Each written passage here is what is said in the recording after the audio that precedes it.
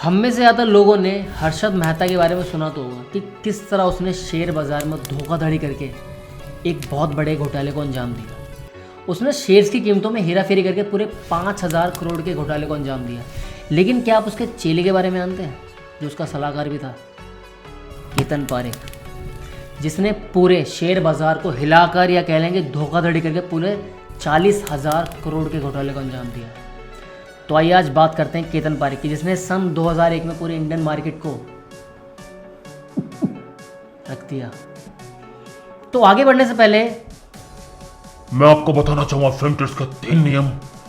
Like, share और subscribe मार दीजिए धमाका।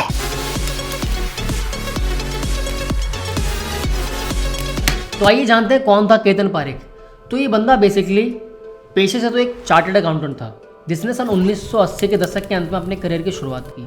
तो उसने शुरुआती दौर में NS सिक्योरिटी नामक कंपनी ज्वाइन कर ली, मतलब चलाई, जो बेसिकली इसके पिताजी की थी, जो कि एक स्टॉक ब्रोकिंग फर्म थी। बाद में इसने हर्षद मेहता की कंपनी को ज्वाइन कर लिया, जिसका नाम था grow more research and asset management, जहाँ पर उसने सीखा लोगों का व्यू और इन्वेस्टर्स की मानसिकता को करीब से देखा और समझा जा सके। अब इसके बाद उसने शेयर बाजार में हेरफेर करने वाली टेक्निक को सीख लिया और पॉलिटिशियंस, एक्टर्स और बिजनेसमैन के साथ अच्छे संबंधी बनाना स्टार्ट कर दिए। लेकिन उसी दौरान सन 1992 में जब हर्षद मेहता का पर्दाफाश हुआ, तो उस घोटाले में RBI के कुछ अधिकारी, राजनेता और बैंक के कुछ कर्मचारी भी शामिल थे, जिसकी वजह से सेंसेक्स भी गिर गया, जिसके चलते हर्षद मेहता को गिरफ्तार करना पड़ा। लेकिन उस घोटाले में केतन पारेख का नाम कहीं से कहीं तक नहीं आया। बंदा शातिर तो था। तो आइए बात करते हैं इसके घोटाले की।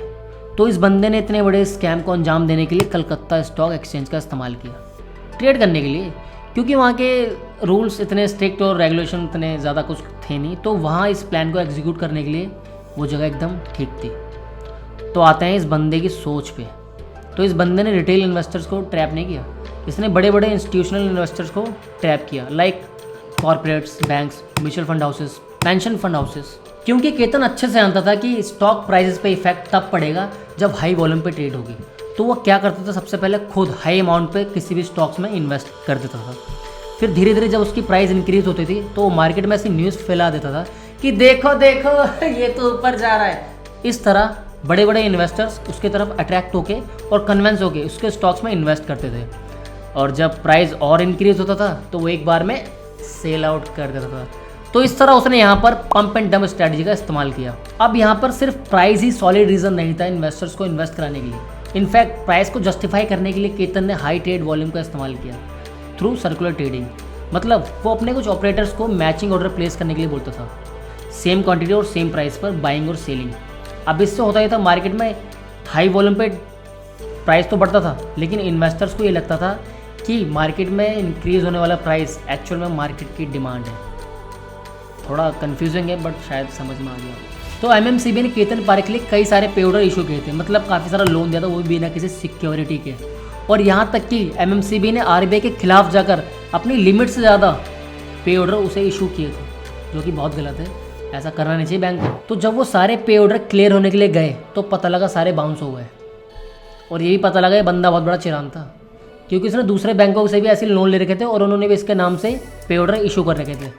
तो इससे कई बड़े बैंकों को भी इफेक्ट पड़ा, जैसे SBI, PNB एक्सेट्रा, क्योंकि उन्होंने अपनी लिमिट से ज़्यादा इस बंदे के लिए लोन इशू कर रखे थे। इन द सेम वे 2001 में जब .com बबल बस्ट हुआ US में, तो वहाँ का इंडेक्स नैस्डैक भी क्रैश हो गया, जिसका ये इफेक्ट केतन के स्टॉक से पड़ा। केतन मतलब केतन के 10 स्टॉक, क्योंकि इसमें बड़े बड़े इंस्टीट्यूशनल इन्वेस्टर ने इन्वेस्ट कर रखा था।